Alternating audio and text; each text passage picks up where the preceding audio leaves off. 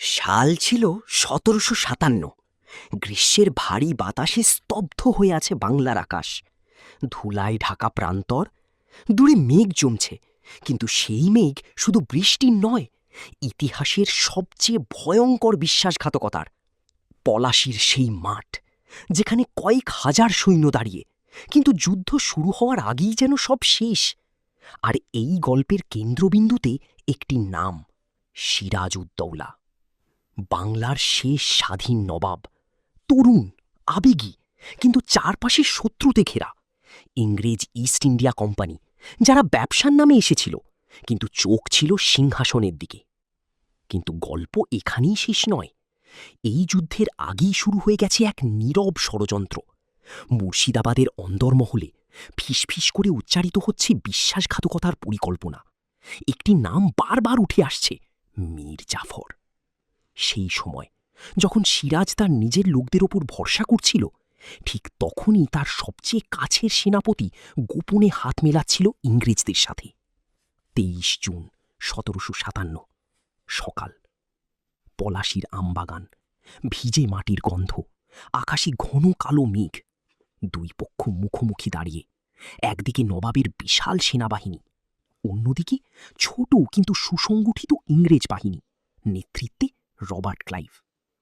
যুদ্ধ শুরু হয়, কিন্তু কিছু একটা অস্বাভাবিক। নবাবের সৈন্যরা এগিয়ে যাচ্ছে না, কামানগুলো নীরব। যেখানে বজ্রপাত হওয়ার কথা ছিল, সেখানে শুধু নীরবতা।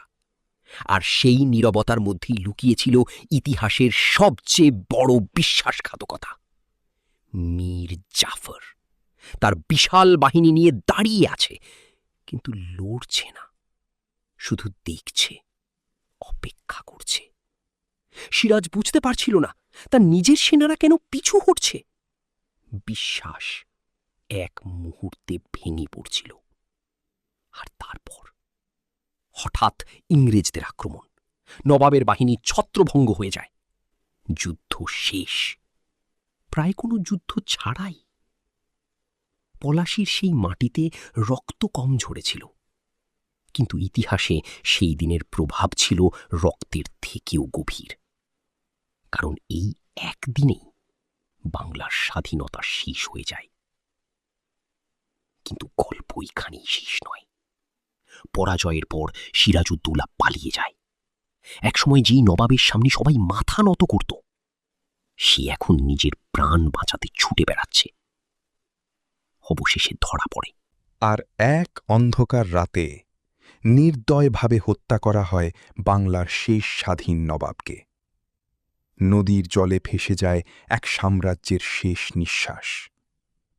আর মীর জাফর, সে পায় সিংহাসন, কিন্তু সেটি ছিল কেবল নামমাত্র ক্ষমতা। আসল শাসক হয়ে যায় ইংরেজরা। ইতিহাসের পাতায় সেই দিন লেখা হয় একটি যুদ্ধ নয়, একটি বিশ্বাসঘাতকতার গল্প হিসেবে। পলাশির সেই আমবাগান আজও নিঃশব্দে দাঁড়িয়ে, যেন সাক্ষী হয়ে আছে সেই দিনের, যেদিন এক দেশের ভাগ্য বিক্রি হয়ে গিয়েছিল। আর হয়তো বাতাসে আজও ভেসে আসে একটি প্রশ্ন, যদি সেই বিশ্বাসঘাতকতা না ঘটত, তাহলে কি আজকের ইতিহাস ভিন্ন হতো?